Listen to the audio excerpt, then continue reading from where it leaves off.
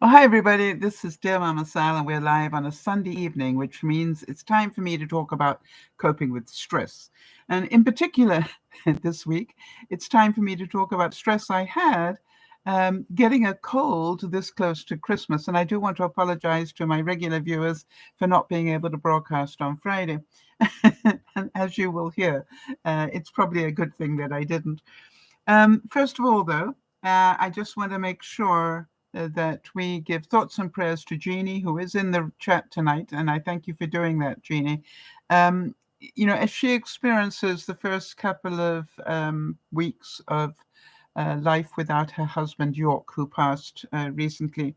And in fact, Jeannie had to go through the trauma and stress and everything else of a funeral this week as well. So, Jeannie, big hugs and our thoughts and prayers are with you.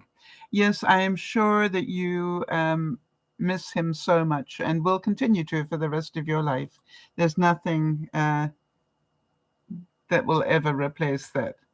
So just know that our thoughts and prayers are with you at this time. Hi there, Hawkeye. Good to see you, and good to see Kimmy. Kimmy, I know that you celebrated a year with your pacemaker recently, I think on the 8th, and I just wondered, are you feeling any more relaxed about it? Um, Interesting. Hawkeye, thank you for asking whether I feel better.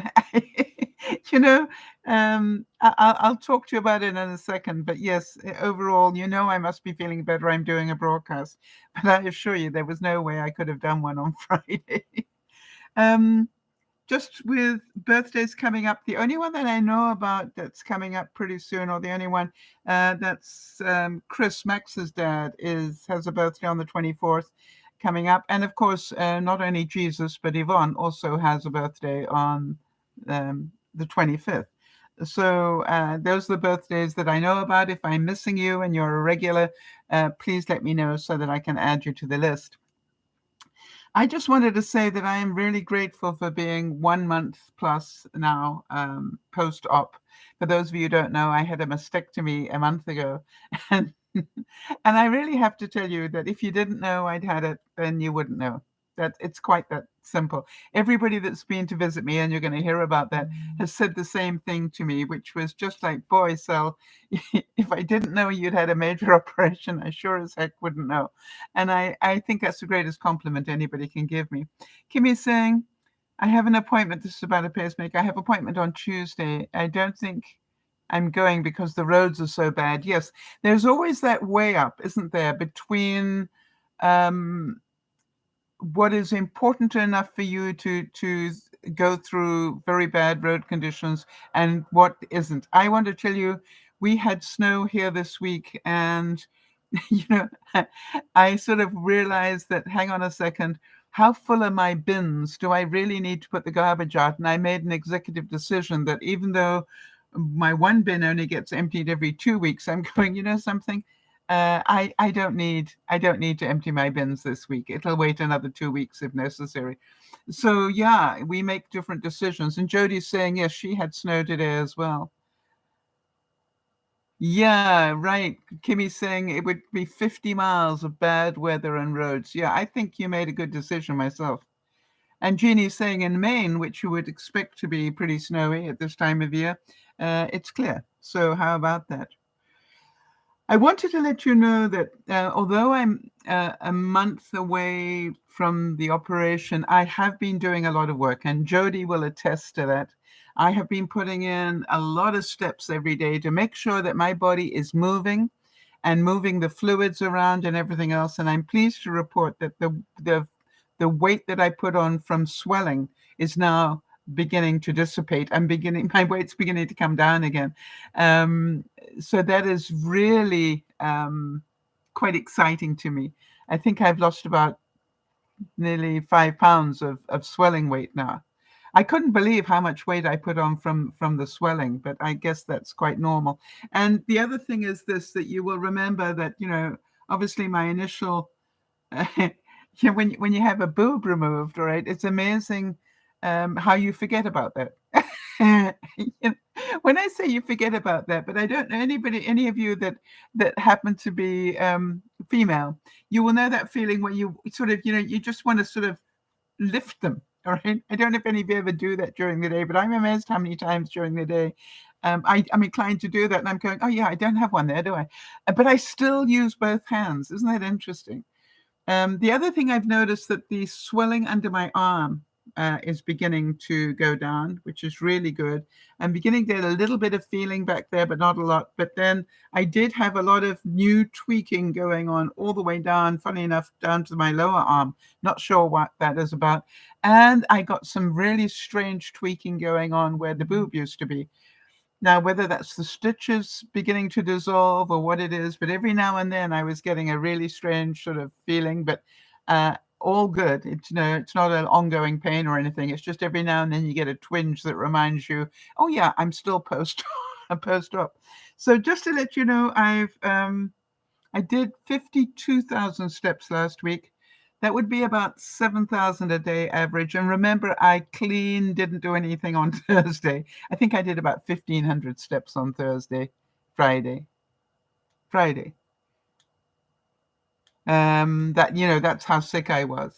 Friday, that's what I did. 13 to 1,500 steps, I think. I can't remember exactly. It's not important. But just so you know, that was it. So what happened was I was fine all week, and then suddenly on Thursday afternoon, I realized, you know that feeling, don't you? And we've all been there, yeah.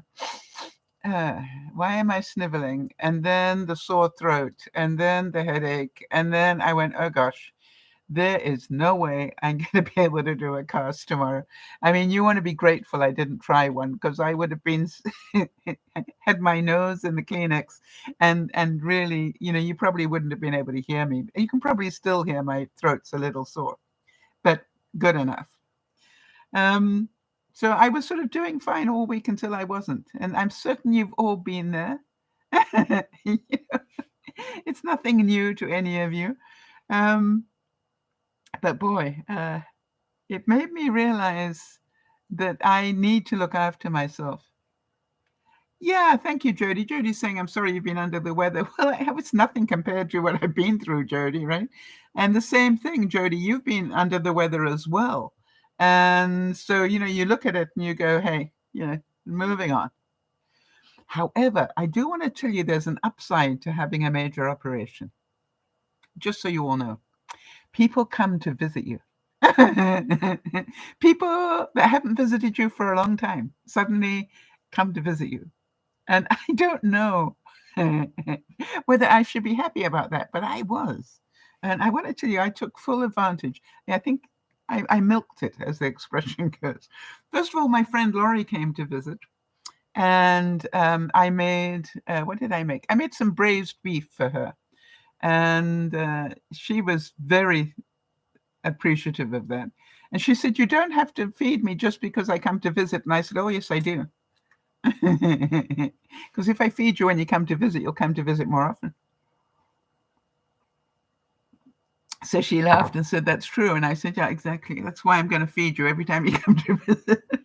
However, I've got a new thing. You can't see it right now, but on my, I use my microwave as a notice board on things, all right? And one section of it are things I need help with. And I had a list a week ago, I had a list there, or 10 days ago, I had a list there about 4 things long. And it's clear now, nothing on my list. And what I do is everybody that visits me, I make sure I have a look at the list and go, what can I help me with? Because most people don't mind just helping you with something quickly, especially the way that I ask them. So Laurie helped me turn my mattress, not over, but swivel it, all right? And she was horrified that I actually was doing it. And I said, hey, I need to use my muscles. By the way, my pecs, it is pecs, right? These ones up here. The ones that I noticed, I didn't think it, but, opening a pill bottle was actually one of the most painful things, because it was using these pec muscles that hadn't quite started working yet. And so when I thought I was better and I started to try and open pill bottles, it was like, oh, I guess I'm not quite well yet. But, who would have thought that pill bottles would be a problem? However, I do need to tell you that I noticed that I can do this now. In other words, I can use these pec muscles. I can feel it, but it's not painful or anything. I can just feel it. So isn't that wonderful? And to me, it's wonderful. I think one of the things about all this is you get to really appreciate the small things. Then Wade came to visit me, of Yvonne and Wade. Wade came to visit me because I've been having a problem with my camera light. Oh, wait a minute, just before I get onto that, Jeannie's saying, today I purchased a special jar opener and it's supposed to open anything. I want to tell you the best jar opener I've ever had. Let us know what it is, by the way, Jeannie.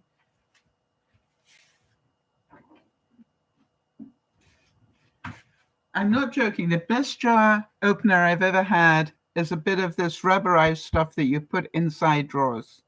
That has opened more cans and bottles for me than any other gizmo, and boy, have I had them all. Oh, interesting. Kimmy's saying she just did this and she could feel the, yeah. If you all try that, you will feel which muscles you get used. Thanks, Kimmy.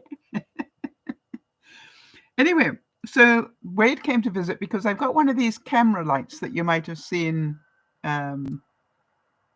advertised, and the only thing was I couldn't get the app to work. I got the camera connected to my Wi-Fi and that worked. It took a while, but it worked. But we couldn't get it to bring up the app it's meant to do, and it'll only do that once you've got it properly installed. So you know that I was doing something wrong. So hi Iz, good to see you. So anyway, so Wade came to help me, bless his heart. And, I worked out that maybe two brains, would be better than one. But boy, even with the two of us, it took us the longest time, but we did eventually manage it. Now, there's good news and bad news about my camera light. It works so well that it picks up every car that passes my driveway. And so what I've had to do is start blocking off what it can see.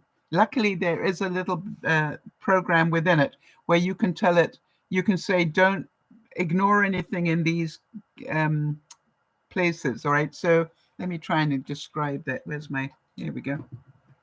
Hang on. It's easier to see what I'm talking about than my trying to tell you that way, which apparently isn't working very well, even for me. Okay. So if what the camera sees, and it does, is my driveway and it's got my car on it, okay, and then there's the road at the bottom here. What I can do in the total picture, the picture that it sees is this, okay? That's what the camera sees. So you can tell it, ignore everything here. And now I'm even having to tell it to ignore half of my car, like this. Why? Because the reflection, the reflection of things going by are shown on the windows of my car, and the camera picks it up as movement. Very complicated. So I'm learning. Now, the downside of it is, and I've got to talk to the people who manufacture it, is the alarm that it gives you that there's a human around is so pathetic that it doesn't, really register with me at all. So I want to find out, do they have another alarm? Just the one little bzz does nothing to me. I don't know about you, but it's just like bzz, does not wake me up, does not make me run to the door to find something. So, it's just like, really? Yeah, it even picks up the reflection. Isn't that amazing? It could see in the reflection, it could see movement, so it picked it up. I was pretty impressed. All right, so let's go back to this whole story about Wade. The thing is, talking about the good news, is that one of the things he came to do was to pick up, he gave me a special order. How many of you remember my 3 wise men card? This one? Well, he gave me a special order on this one. And he specifically asked for it to have gold around the edge here and a gold star. Doesn't it look really gorgeous? And he gave me an order for 20 of them. Now, each one of these is 17 different components go into making this. All right, and then it closes up and fits into a 6x6 envelope. So you understand how much confetti there was in Confetti Corner after I was doing 20 of them. But what you learn is how to do them more efficiently. And that is something I'm very grateful for, because what I found out was you cut things in the morning, and then while you binge watch at night, you just put things together. And it really works very well, because you don't even notice that you're putting things together, because you've got, it just goes so quickly because you're binge watching at the same time. So that was really good. So you understand, he came in though, but his mindset was the light. Now, before I get on to the second part of this story, I need to go back a long way, about 10 years, I would think, 7 to 10 years ago. Wade caught me on something. Right? We were having dinner. If you remember, I always cooked dinner for them every Sunday when they were my tenants. And we were having dinner, and we had that pink Himalayan salt. Okay, in here was the pink Himalayan salt. And then Wade said, "Did you know about the monks that harvest that?" And I said, "What?" And he said, "Do you know how they get the Himalayan salt?" And I'm forever polite. And I said, "No." And how do they get it? And he was telling them his whole story about how the monks up there, went down. And, it went on forever. But somewhere after a while, I realized this was actually a con. It wasn't truth at all. He was just making it up as he went along. So I looked at him and I said, "You know something, Wade? One day, payback will be your joy or mine." I've waited a long time to find something that I could catch him with on the way back. And I've waited patiently to find something that I didn't think he would necessarily catch immediately, as I didn't catch the thing about the monks. But boy, have I talked about them a lot since then. Every time I see him and he says something a bit off, I go, "Is that another monk story that I'm missing?" Anyway, so here's the thing. When he walked in, I said to him, "Just before I forget, I need to have a very important conversation with you." And and he didn't see the card yet. And I said, "And it's really important you concentrate, because it's important to you, and because Yvonne is OCD, it might also be important for Yvonne." So he said, "Okay, fine." I said, "It's about the three wise men. And you will probably be able to see there that the three wise men came in from the east." And I said, "You will notice in this particular card, they're coming in from the west." Did any of you notice that? Hang on a second. I need to get a pointy stick that's longer than the one I've got.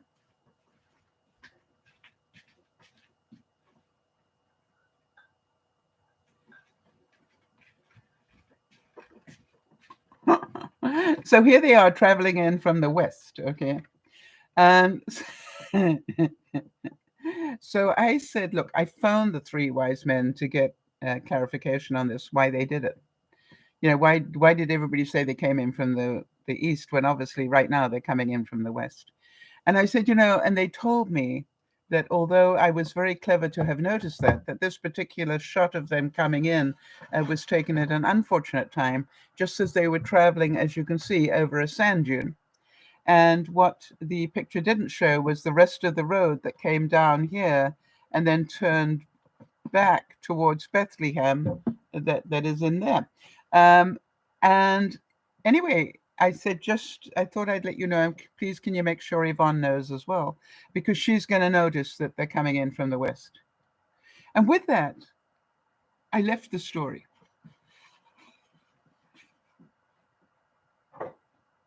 And said, "Okay, let's get on with this light thing." Well, what I didn't know was he didn't get it.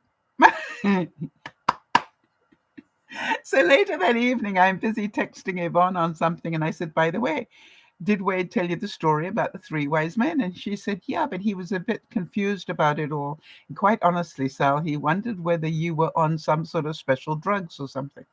And I said, what?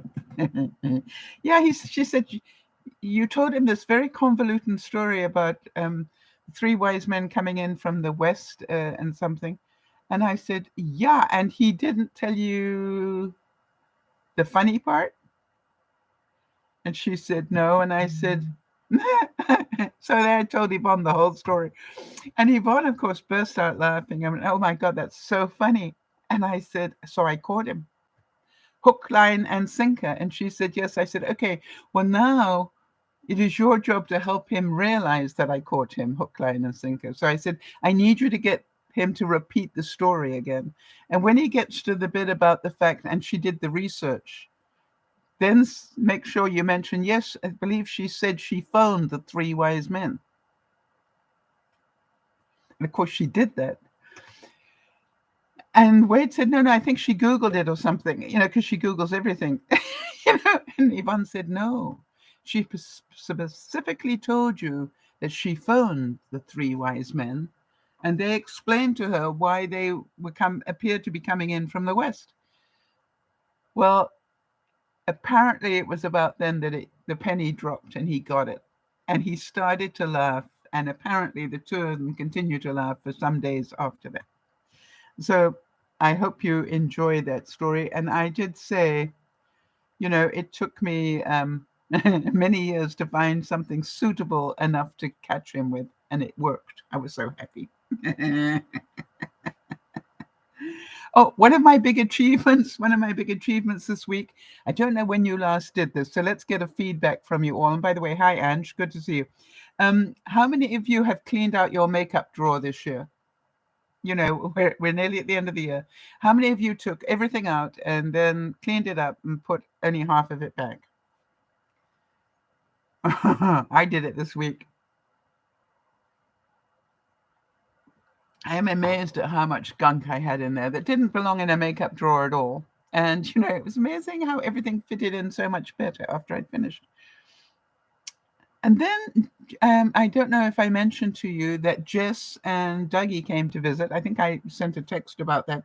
But Jess and, oh, yes, I had to. Oh, yes, Jody's saying I organized my makeup months ago. It was scary.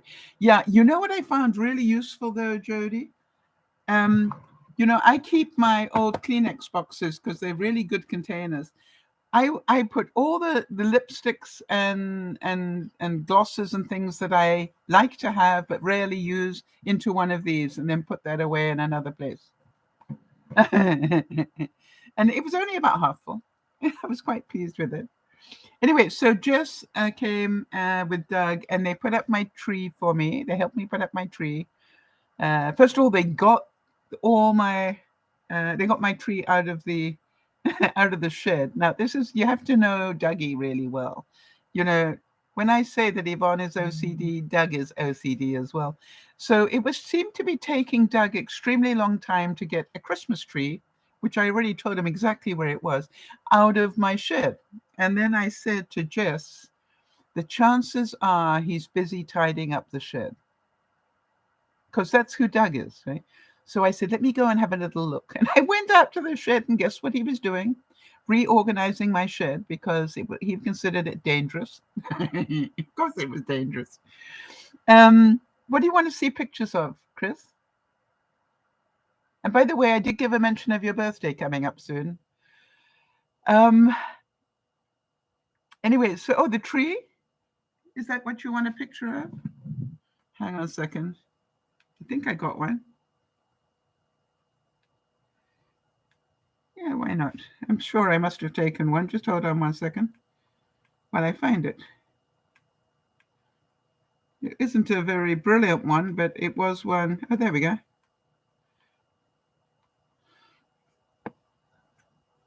There you go. Now, my Christmas tree is only half a tree. It doesn't look like it, but it's only half a tree. And what I do is I back it up against my window and I don't close the blind behind it. And I put some lights and some ornaments at the back so that all Christmas season, my neighbors get to see the tree as they go by. Does that make sense? So, yeah. So that was just something I do. Anyway, so Jess and Dougie did a great job with my lights, but all those lights that Benji put up last year, half of them were not working when we went to turn them on. So I've just got new ones come in, so I'm going to be replacing them pretty soon. Boy, am I glad that I started Christmas in July this year. You remember, you probably laughed at me and go, can you believe it? Sal's already started on Christmas. If I had not started on Christmas in July, I would have, between the mastectomy and recovery and then the cold and everything else, I'd be in major panic round about now and have to go to the mall when everybody else is there. And I am so proud of myself because I had just about everything. I'm just doing the final group now. My first group with the people overseas, and I got that out before I went in for the op. I even got the ones to go to the US out before I went in for the op. And they've already arrived. At least one of them has anyway. And so that was good. And then now I'm just left with the ones, I had the local ones to do that needed to be sent. And I sent those out this week. But I was a bit short of postage. So I now know next year, get more postage. Then I wouldn't have had to go out to do that. But it was good to get out because I ended up, charging up the battery on my car, which, I need to do every week. And then I, socialized a bit and I had some fun and it was good. So I was happy. And now I'm just left with the hand-delivered ones. So I'm very, very pleased with myself for that. Now, the other thing is I got some fresh air, Oh, Angela's saying that she's in Vegas and she said, I went to Kohl's today and it was a real madhouse. Yeah, absolutely. So, there we go. Now, then another visitor arrived. You all know Marnie, my friend Marnie, and her mom arrived. Now, I want you to imagine this. I've never had this happen before. Marnie is Marnie, right? So Marnie came in and did her thing, and that's fine. Mum came in and she took over my kitchen. I mean, I've never seen anybody do that. Have you ever had anybody do that? Where she literally walked in and they refused to let me cook for them. They insisted on bringing food. And Mum had made some broccoli quiches. And she walked in and she literally took over my kitchen. She was opening cupboards and drawers and goodness knows what else. And, it was just, it was the funniest thing. And I stood there like this and I'm going, I've never had anybody overtake my kitchen before. And then she's saying, where do you keep that? And I go, in that one. And I just, I literally sort of leant back like this and went, okay, have at it. Because obviously she was going to take control of my kitchen. And eventually I had to shoo her off to go and sit down. But it was the funniest thing. I've never had that happen.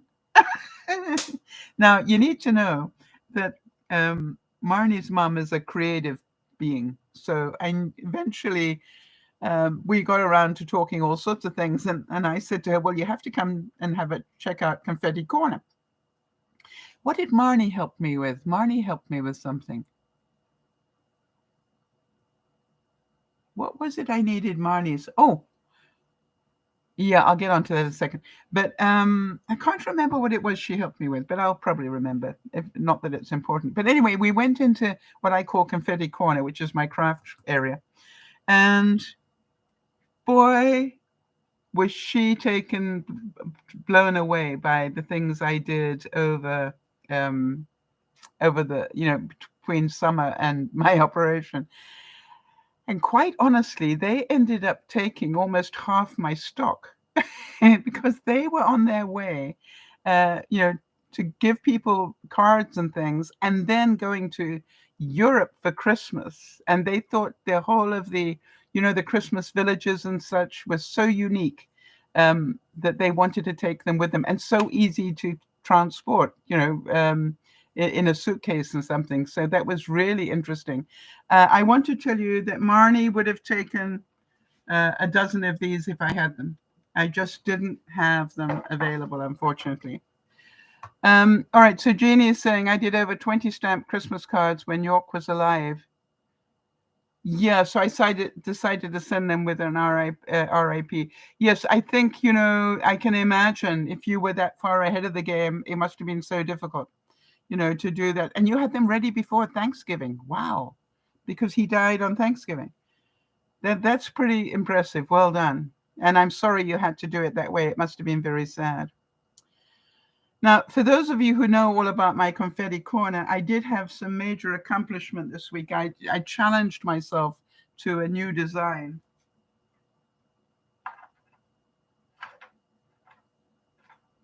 And this is it.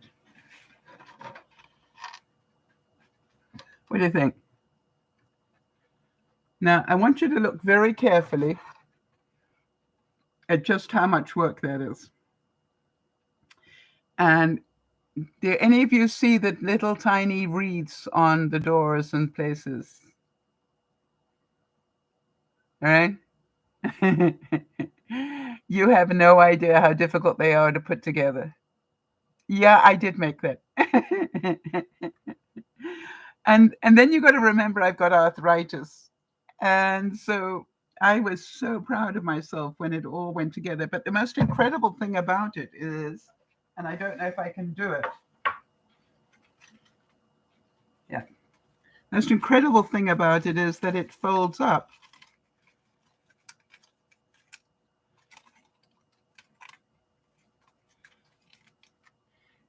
And fits into a number 10 envelope. Now, the trick is, you hope that the person who unfolds it will be able to work out how to put it back together.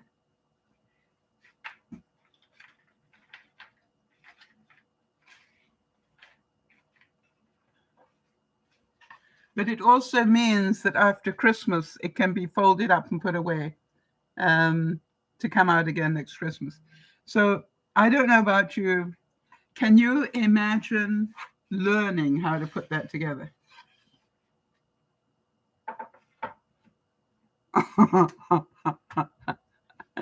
Yeah, that was on my silhouette. I don't know about you, but I saw that and I went, I want to be able to make that. And I'm going, you've got enough on your plate without I want to be able to make that. So I made the first one, and I know the first one is always what I call the tester. Find out what you do wrong on the tester. And then I did it fairly well on the first one. And then the second one went even better. And then this is the third one now.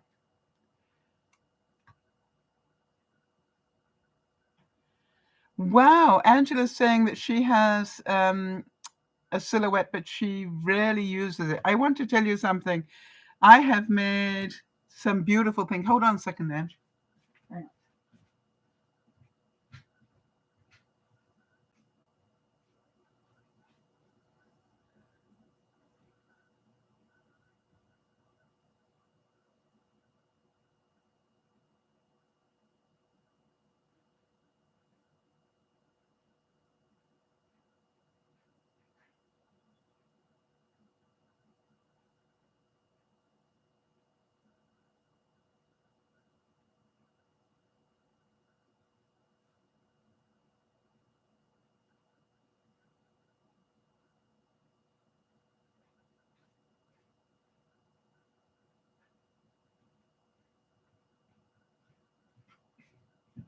Yeah. Ange, if you haven't seen the other ones, you haven't seen the other things that I made, the Christmas villages. By the way, I just made this for Doug for Christmas.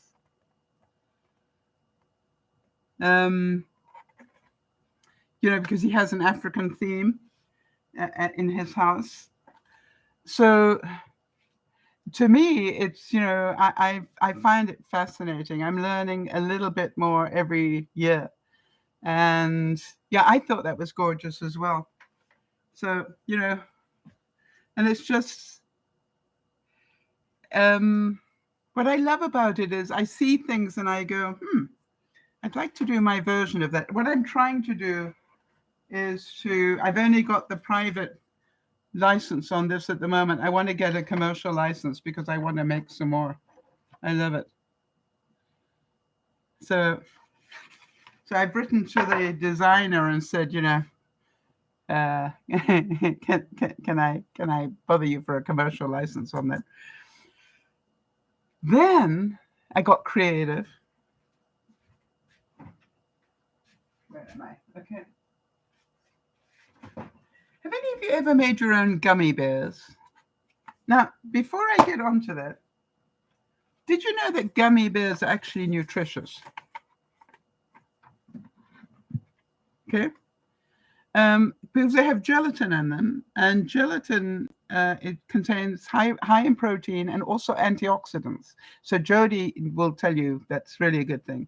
So it'll help protect your cells in your body and can also support health in the digestive system, your bones, your skin, your joints, and more. So therefore, ipso facto, that's Latin for so, it's a really good thing. So I started by making some this week, and then I thought, I think I'm going to then turn them into a treat. And this is like, it's got white chocolate at the bottom, and then the gummy bear inside. Yep. Now, chocolate is not altogether bad for you. But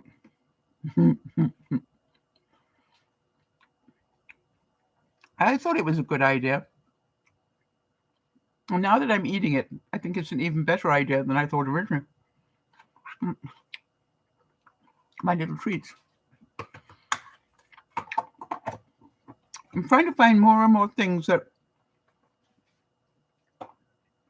I think you all know. I work on what can I do, not what can't I do.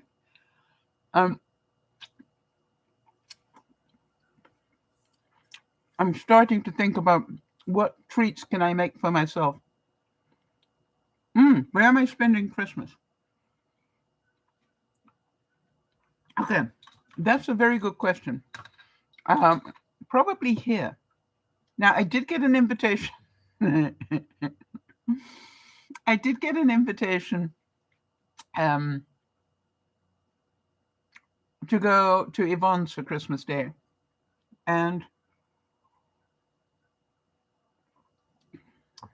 But what she warned me of was that her son and the 5 children, screamers, would be there along with a whole group of other people. And I said, I've known Yvonne for 20, 30 years now, 20 something years anyway. And I said to her, can I be brutally honest? Normally Yvonne, Wade, and I get together very quietly somewhere between Christmas and mid-January, and then we hold Christmas, and I keep the tree up until we've done it, and then we have a very quiet dinner, and then we open up our presents, and we allow regifting and all sorts of things. It's really funny, Ange, how we do it, but it's always what I call a fun experience and quiet. And I said, Yvonne, I have to tell you something. There is part of me that says I'm not sure if I'm quite up to screaming children right now. And she said, I totally understand. So I said, can we still do our usual Christmas though? And she said, absolutely. But thank you for asking. And I don't, quite honestly, although I grew up in a, with quite a religious upbringing in terms of I was brought up a high Anglican and all sorts of things. I don't think Christmas is a day. I think Christmas is when you choose to have it, because it's about the love that is in it. And whilst on Christmas Day, I will acknowledge, Christ's passing or his birth rather. Um, that is the religious side of it. But in terms of giving gifts and stuff like that, that doesn't happen to have to happen on Christmas Day for me. I always remember that my mum used to be horrid to my brother. Um, that every Christmas, my brother was meant to visit her house, and I'm saying, what about his wife's house and the parents-in-law?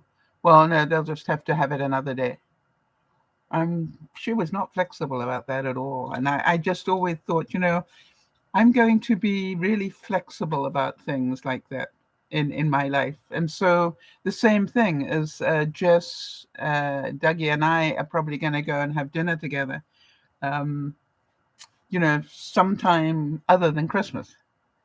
And it'll be our Christmas dinner.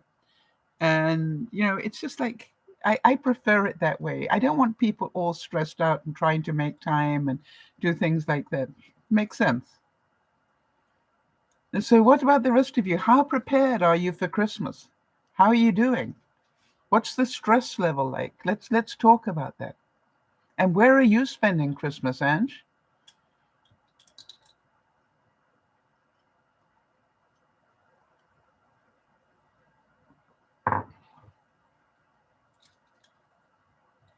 I'm also waiting to hear, just so that you know, while I'm waiting for you guys to answer that, I'm waiting to hear the next step, if any, um, on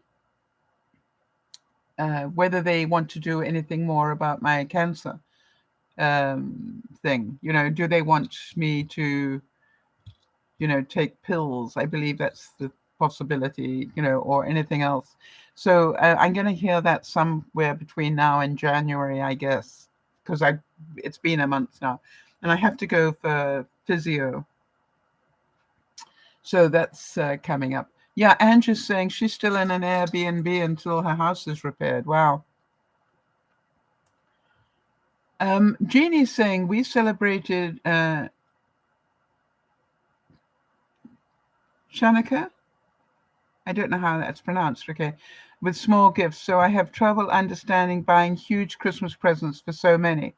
This year, I have not even thought about it. Yes, a lot of people have stopped buying a lot of big gifts for people. That's why I decided that if I can't make them, I won't necessarily buy them. Although I do make an exception for Wade and Yvonne, because we have always given each other lots of stupid little things. Do you know what I mean? It's like a giant Christmas stocking. The sort of stuff you put in a Christmas stocking is what we give one another. So I've been collecting things all year, and so hang on a second.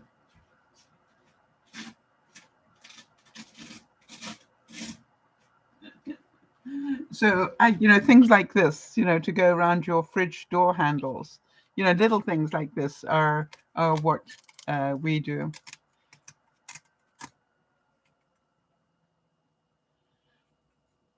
Oh, interesting. So it's the same as Hanukkah. Okay, fine. Thank you.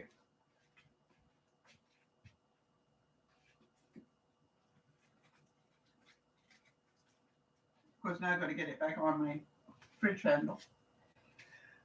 So I think that I love doing lots of little things, and Yvonne's birthday is also that day, on Christmas Day. So to me, it's like she always gets a load of junk from me, but we have such fun.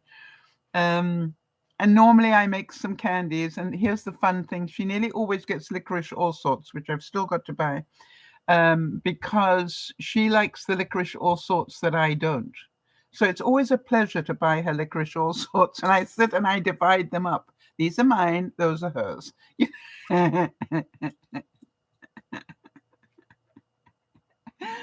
And so that's fun. In fact, I need to write a note about that, because I do need to get licorice all sorts. It's our treat.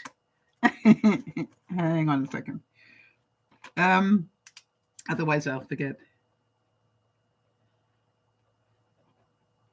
I've got to go out this week anyway, so I will get some, or I will have some delivered.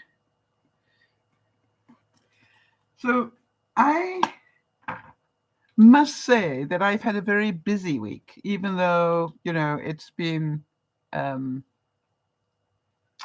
I was sickly for a bit, but not majorly sickly. It just was, as you can hear, right? My throat wasn't right, and I was coughing and hacking and sneezing, and it would not have been pleasant to do any broadcasts on Friday, that's for sure.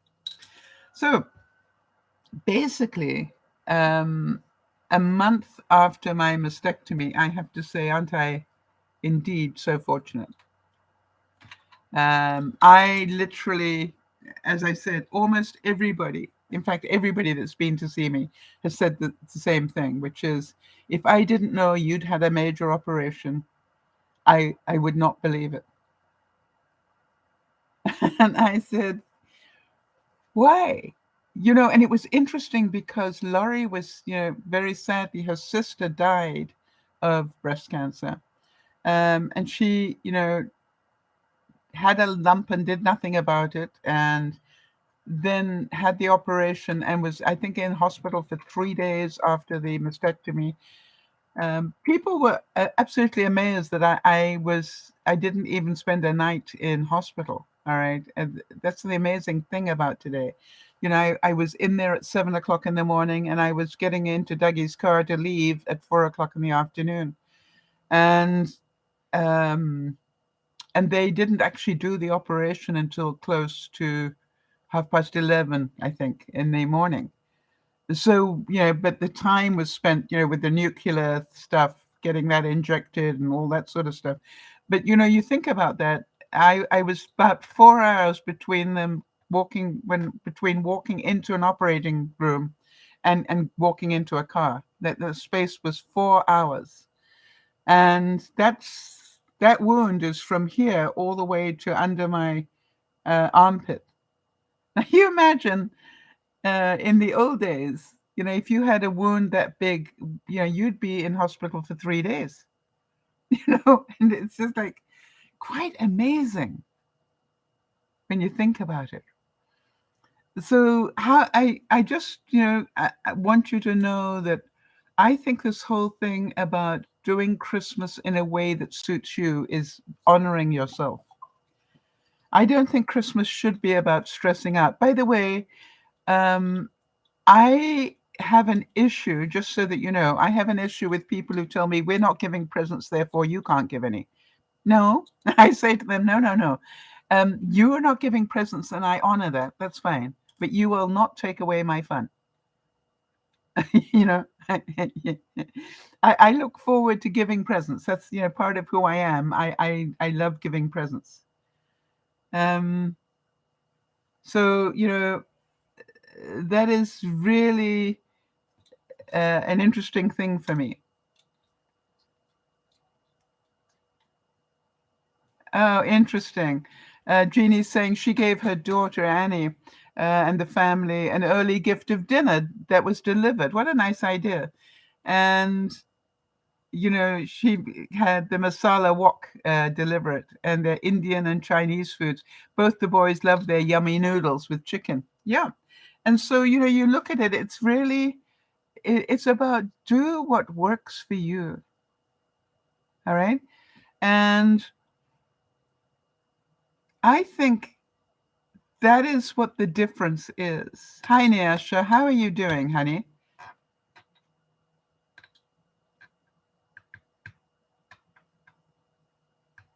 I actually forgot to give an update on Nyasha, and I apologize on that one.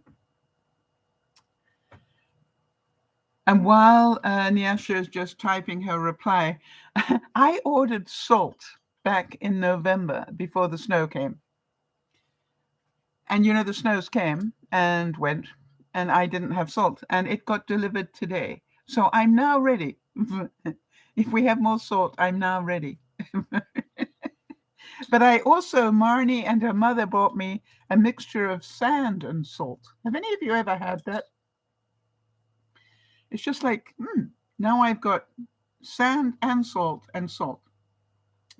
But what I found is the sand and salt is really useful to have over an icy patch because it gives traction.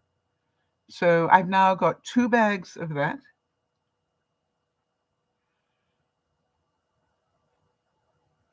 Jody's saying yes, we've used sand and salt. Yeah, it's actually quite nice because it gives you a bit of traction, as well as have the. Now I've got salt as well, so I've got the best of both worlds. But the guy, you know how heavy that bag is, and he up and dumped it on my doorstep. So now I've got to work out how to move it. That's something I'm going to write down. I need somebody to help me just get that bag of salt back down where it belongs, or it's going to stay there. I mean, I'll take it out of its bag. It's what do you call it, cardboard. But that must be a 50-pound bag that's in there. It's quite funny. Oh, and I had some things delivered by Wish. Every now and then you get an order from Wish and you wish you hadn't ordered it. Do you know what I mean? I bought something and it was broken, and they just refunded me. I bought 2 items of clothing that I specially bought at least one size bigger than I take, and they are so much too small that it's not even funny. And it's like, why don't they insist on having what I call, if you're going to sell in North America, then the sizing should be North American sizes, right? And they don't. They do extra large, as in Chinese extra large, which is my tiny. So when I order something that's like 3 or 4X, I expect it to be swimming on me, and not that I'm struggling to get it over my head. So I'm going to have to send those back as well, or get credit for them, because that's really wrong. But I did get a couple of things that I wanted, so that's pretty good. So there we are. That's it for this week, quite honestly. I wanted to make sure that you knew I was fine, and I'm recovering. And I'm still a little, but it's just a cold, nothing serious. And it just was a better move not to do a broadcast. So anything else you'd like to discuss before we go? Any thoughts and prayers that we need? Anything that you particularly would like me to cook up for next week, for Friday? Or would you like me to do some chocolate stuff? To me at this time of year, that's what I do. I'm actually thinking I better do some more shortbread, but I'm due for an A1C, so I have to have my A1C before I make shortbread. You know why.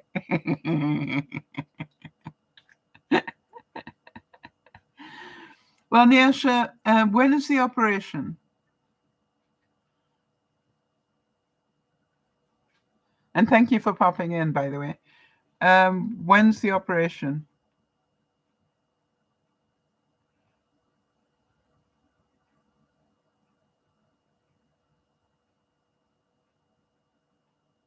Let's see. And Ange, if you're still there, what is the best sense of when you'll be able to go back to your home? By the way, her home got flooded. She had a pipe burst, I think. Yeah, so prayers obviously continuing for everybody that needs it, including Jeannie, with the passing of York and Nyasha. Oh, Ange is going to be out of a house for probably another 3 months. So you're going to be like I was, but you know something, Ange, what I found? Are you in a house or an apartment?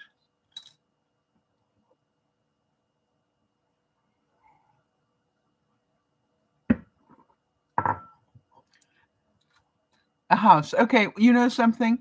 I found that my house was really complete. I mean, I was making all those choices during the pandemic where we were in lockdown. So all the choices I made about paint colors and about tiles and everything else, they were all things I had to do over the internet, if you can imagine that.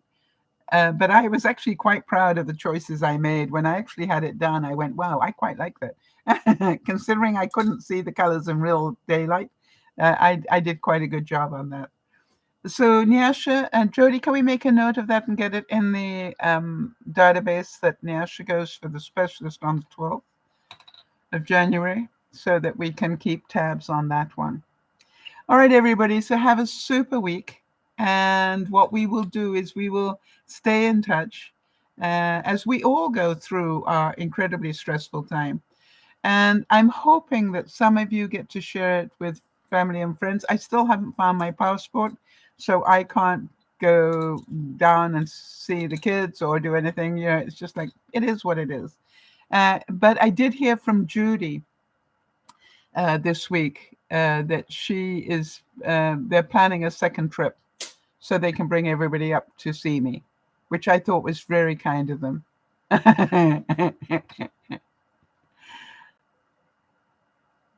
Ah, that's really nice. Nash is saying this broadcast is helping me cope with all the tools and skills you provided. You know, that's one of the things I always say, Nyasha, is that we all go through these things together. And by when we do that, we all learn from one another and we all learn better ways to cope. We cannot change what happens to us, but we can change our attitude about things that happen to us. And if we change our attitude, you know, look at me in terms of, you know, I lost, you know, basically a body part. And I just went, it's a body part. As long as I live and I'm not in pain, I'm going to be happy, you know. Um, and the other thing is make sure you do what you love today. You know, don't wait to do something you love. It's the same thing as I could justify, and rightly so, not doing this until the new year. Okay. I could have said, okay, put that on the back burner and you can try that in the new year. And I went, no, I want to try that for me. All right. This is like, I want to do that. And one of the things that I'm really learning, and I really encourage you, is do today what you want to do and then fit everybody else in. Angie's asking me, am I planning to get another dog? That's a good question. And no. And the reason is, as you may know, I've got a neighbor that basically finds any reason they can to complain. And if I had a dog that so much as yipped once or twice, she'd be reporting me, and I'd end up having to take the dog to the pound or something. Why would I do that? So unless my neighbor moves, I can dream. Unless my neighbor moves, no. Yeah, thank you, Nyasha. I really do want to say this though to all of you. We don't know if we've got it tomorrow. All right. Nyasha doesn't know that. I didn't know that. You know, was I going to wake up from the operation? I didn't know that. You know, was I going to be needing chemo and radiation and all those sort of things? You see, you look at it, you don't know what tomorrow is going to bring. Look at Jody and her journey through cancer, lymphedema, and everything else that has happened to her and still happening to her. And she has to be one of the most inspiring people I've ever met in terms of her attitude. And she still comes to every broadcast and you know, very rarely does she miss a broadcast. And if she does, it's because she's got a medical appointment she can't miss. Maybe I should get a kitty instead. Yeah, I'm not really a kitty cat person, unfortunately. So, you know, it's just like, if I were a kitty cat person, that probably would be a good idea. But they, for some reason, you know, it's not my thing. Um, although, you know, I could learn, I suppose. But no, they don't. There's something about a dog. Dogs need you. You know, kitty cats don't need you.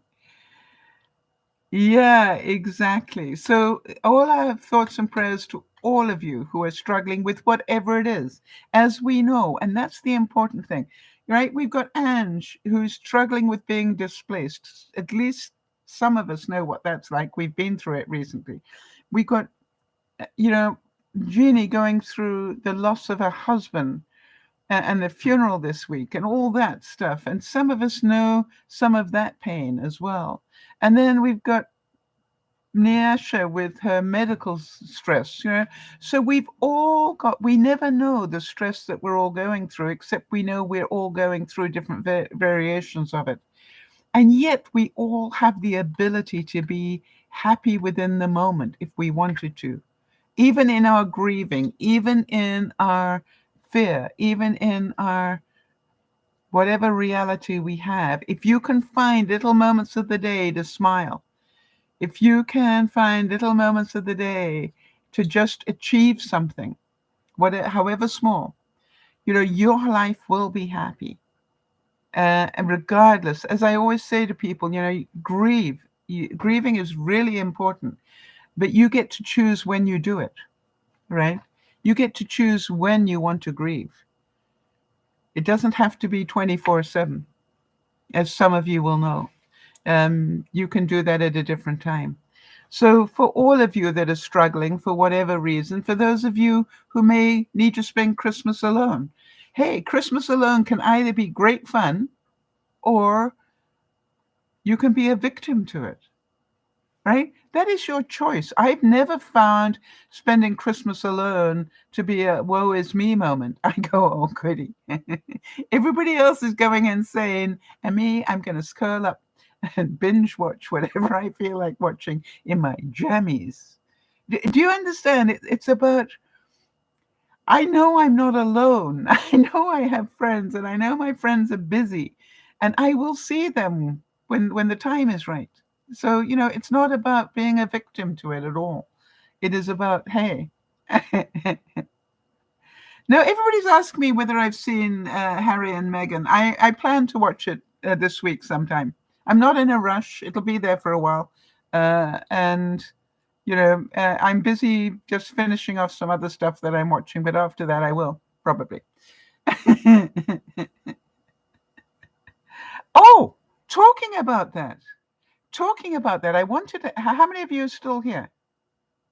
Yeah, I did absolutely adore Diana. There's no doubt about it. Here's the thing. How many of you remember that thing that went down at Buckingham Palace about the racism?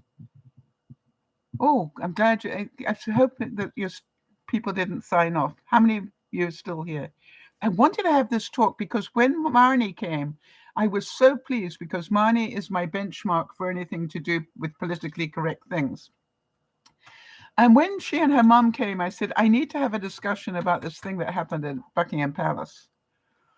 And the supposed racism. Do you all know what I'm talking about? If not, say so, and I will explain it a bit better. And I said, I've got a real issue with this. I've got a real issue with the fact that this lady was all dressed up in native African clothes, i.e. drawing attention to herself that she, she was in her costume. And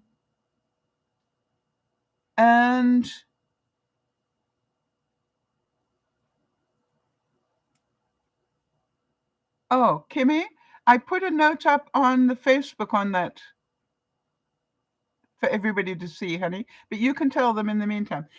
So what I did was I said, if you are all dressed up in what I call native clothing, right? And she was actually, I think, Caribbean. You're screaming to people, ask me what I'm wearing and why. Where am I from? All right. That to me screams that. But here was my point. My point was the fact that somebody said, where are you from? Because, obviously she was drawing attention to the fact that was considered to be racist. I really have an issue with that. Almost any time I meet anybody, they say to me, that's a really unusual accent you have. Where are you from?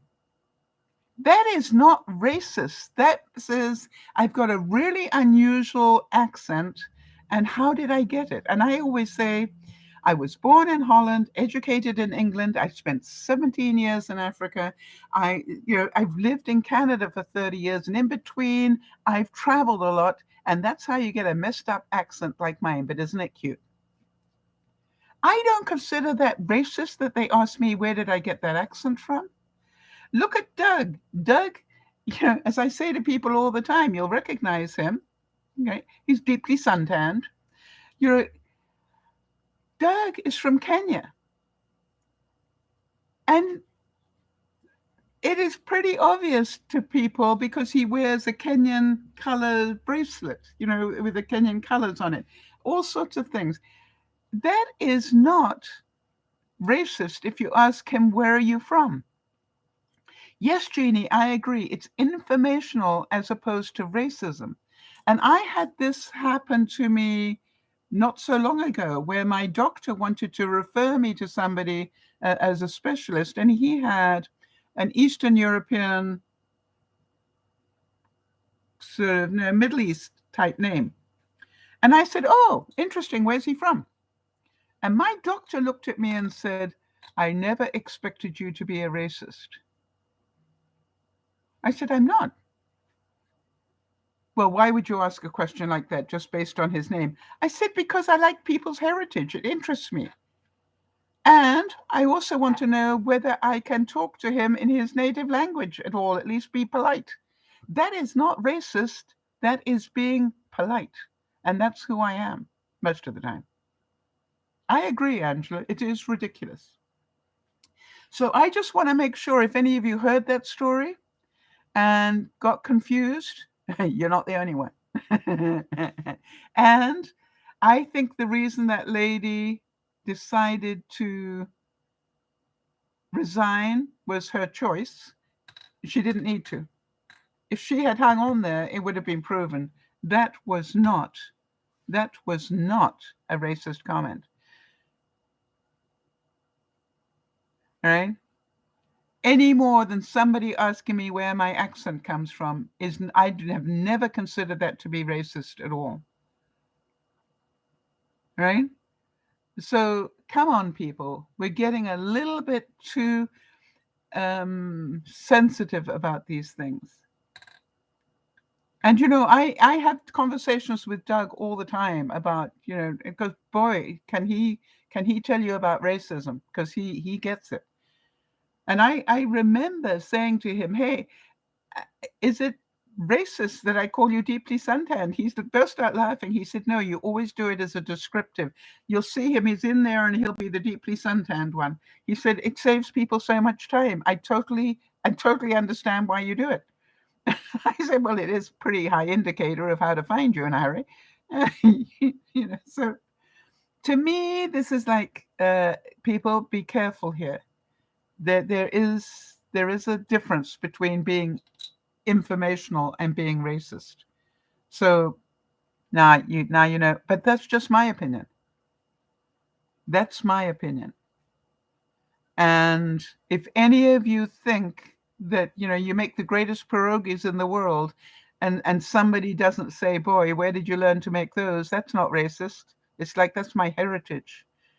If you've got an unusual last name and somebody goes, oh, that's an unusual last name, where are you all from originally? Where's your heritage? I don't think your heritage is being racist. I think your heritage is part of who you are.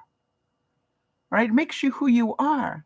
The fact I was born in Holland, educated in England, spent 17 years in Africa, and came to Canada 30 years ago makes me who I am. Yes, Jody is saying she is proud of her Polish heritage. Absolutely, and so you should be.